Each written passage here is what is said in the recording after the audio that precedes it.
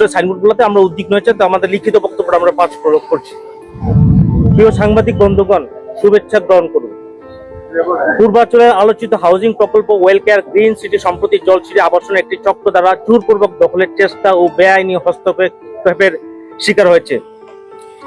জলছিরি প্রকল্পের নামে একটি অসাধু ফেসিবাদী কায়দায় বাংলাদেশে একটি স্বনামধন্য প্রতিষ্ঠানের নাম ভাঙিয়ে উদ্দেশ্য প্রণোদিতভাবে সুশৃঙ্খল বাহিনীকে বিতর্কিত করার লক্ষ্যে জলছিরির ঢাল হিসেবে ব্যবহার করে অবৈধভাবে পূর্বাঞ্চলে অবস্থিত সাবেক সেনা কর্মকর্তা, সরকারি বেসরকারি কর্মকর্তা, কর্মচারী, সাংবাদিক বৃন্দ, সাধারণ জনগণের জমি দখল করে আত্মসাৎ এর জন্য অপচেষ্টা চালিয়ে যাচ্ছে, যা আমরা মনে করি একটা জলছিরির জন্য একটা অত্যন্ত একটা অসম্মানজনক কাজ বলে আমরা মনে করছি।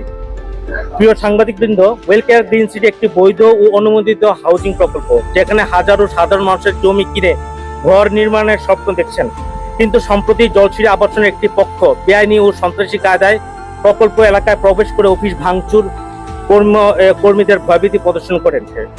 এই হামলায় ওয়েলকেয়ার গ্রিন সিটির নিরাপত্তা রক্ষী সহ বেশ কয়েকজন গুরুতর আহত হয়েছে। এখনো অব্যাহতভাবে প্রতিদিন হুমকি ধমকি প্রদান সহ অবৈধ দখলের অপচেষ্টা চলছে। আমরা সাধারণ গ্রাহকগণ এই প্রকল্পের ক্রয় সূত্রে প্লট মালিক। এখানে রয়েছে বাংলাদেশ সেনাবাহিনীর অনেক সাবেক কর্মকর্তা কর্মচারীর প্লট। এখানে রয়েছে সরকারি চাকরিজীবী, বেসরকারি চাকরিজীবী, অবসরপ্রাপ্ত কর্মকর্তা কর্মচারী, অসংখ্য সাংবাদিক সহ প্রবাসী সাধারণ জনগণের প্লট। এখানে একাধিক জাতীয় দৈনিক পত্রিকার স্থায়ী অফিস, প্রেসের জমি, জাতীয় পর্যায়ের সাংবাদিক সংগঠনের নিজস্ব অফিসের জমি, প্রায় 400 অধিক প্লট ইতিমধ্যে আমরা সাব কবলা পেয়েছি। 1000 প্লট কিস্তি পূরণের শর্তে সাব কবলার জন্য প্রক্রিয়াধীন রয়েছে। জাতির বিবেক, প্রিয় সাংবাদিক বৃন্দ, এই ধরনের দখল চেষ্টা শুধু বিনিয়োগকারীদের নিরাপত্তা নয়, দেশের আবাসন খাতের উপরও নেতিবাচক প্রভাব ফেলবে। দেশের আবাসন খাতে সুশৃঙ্খলা ফিরিয়ে আনতে, ন্যায় বিচার নিশ্চিত শেষ পর্যন্ত আমরা অবৈধ দখল সন্ত্রাসের বিরুদ্ধে আইনি লড়াই চালিয়ে যাব। জলছিরি হাউজিং কর্তৃক ওয়েলকেয়ার হাউজিং এর বেআইনি ভাবে দখলের অপচেষ্টার বিরুদ্ধে যথাযথ পদক্ষেপ গ্রহণের জন্য আমরা জলছিরির যে কর্তৃপক্ষ আছে নিকট 10টি আবেদন সংবলিত দাবি তুলে ধরছি। ওয়েলকেয়ার গত 17 বছর ধরে এই এলাকার জমি ক্রয় করে যথাযথ কর্তৃপক্ষ এর অনুমোদন ক্রমে প্লট বিক্রির মাধ্যমে আবাসন ব্যবসা চালিয়ে যাচ্ছে। আমরা মধ্যবিত্ত, নিম্ন মধ্যবিত্ত শ্রেণীর প্রায় 1000 গ্রাহক এই আবাসনের জমি ক্রয়ের মাধ্যমে বহু কষ্টার্জিত অর্থ বিনিয়োগ করেছি। আমাদের মধ্যে প্রায় 400 গ্রাহক জমি রেজিস্ট্রেশন পেয়েছে এবং বাকি 1000 গ্রাহকের কেউ কিস্তি করে রেজিস্ট্রেশন অপেক্ষা, আর কেউ কিস্তি চালিয়ে যাচ্ছে। এমতো অবস্থায় জলছিরি বেআইনি দখলের কারণে শত শত গ্রাহক পথে বসার উপক্রম হয়েছে। দেশপ্রেমিক সেনাবাহিনীর নাম ভাঙিয়ে এহেন স্বার্থপর মনোভাব গরিব জনসাধারণের বিপক্ষে অত্যাচার, নির্যাতন ও নিষ্পেষণ এর সমতুল্য, যা সেনাবাহিনীর ভাবমূর্তিকে ব্যাপকভাবে সংকটে ফেলবে।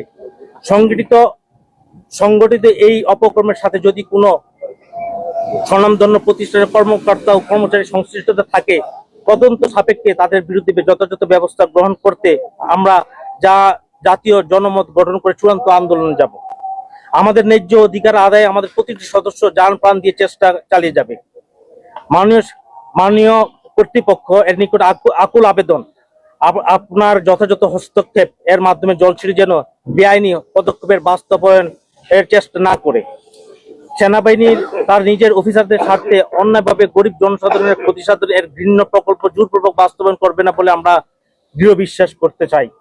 অন্যথায় আমরা প্রেস ক্লাবে মানববন্ধন সহ যথাযথ আইনি ব্যবস্থা গ্রহণের জন্য মাননীয় প্রধান উপদেষ্টার দৃষ্টি আকর্ষণ করব। চূড়ান্ত পদক্ষেপের হিসেবে আমাদের ন্যায্য অধিকারের জন্য আমরা আমরণ অনশন শুরু করব। তো প্রিয় সাংবাদিক বৃন্দ, এটা ছিল আমাদের আজকের মেইন উপজীব্য বিষয়।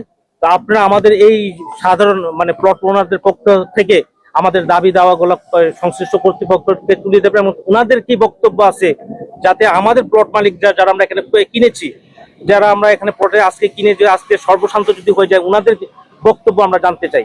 আপনাদের মাধ্যমে আমরা যদি এই বক্তব্যটা পাই, সেই আশাবাদ ব্যক্ত করে আমাদের আজকে শেষ করছি। আমাদের এখানে উপস্থিত আছেন আমাদের আরেকজন প্লট ওনার মশিউর রহমান সাহেব, আরিফ হোসেন রনি সাহেব, গুলাম রহমান দুর্জয় সাহেব এবং জার্নালিস্ট ফাউন্ডেশন অব বাংলাদেশের প্রতিনিধিবৃন্দ। আপনারা যারা এখানে কষ্ট করে উপস্থিত হয়েছেন, সকলকে আমরা আন্তরিক ধন্যবাদ জানাচ্ছি এবং আমাদের কৃতজ্ঞতা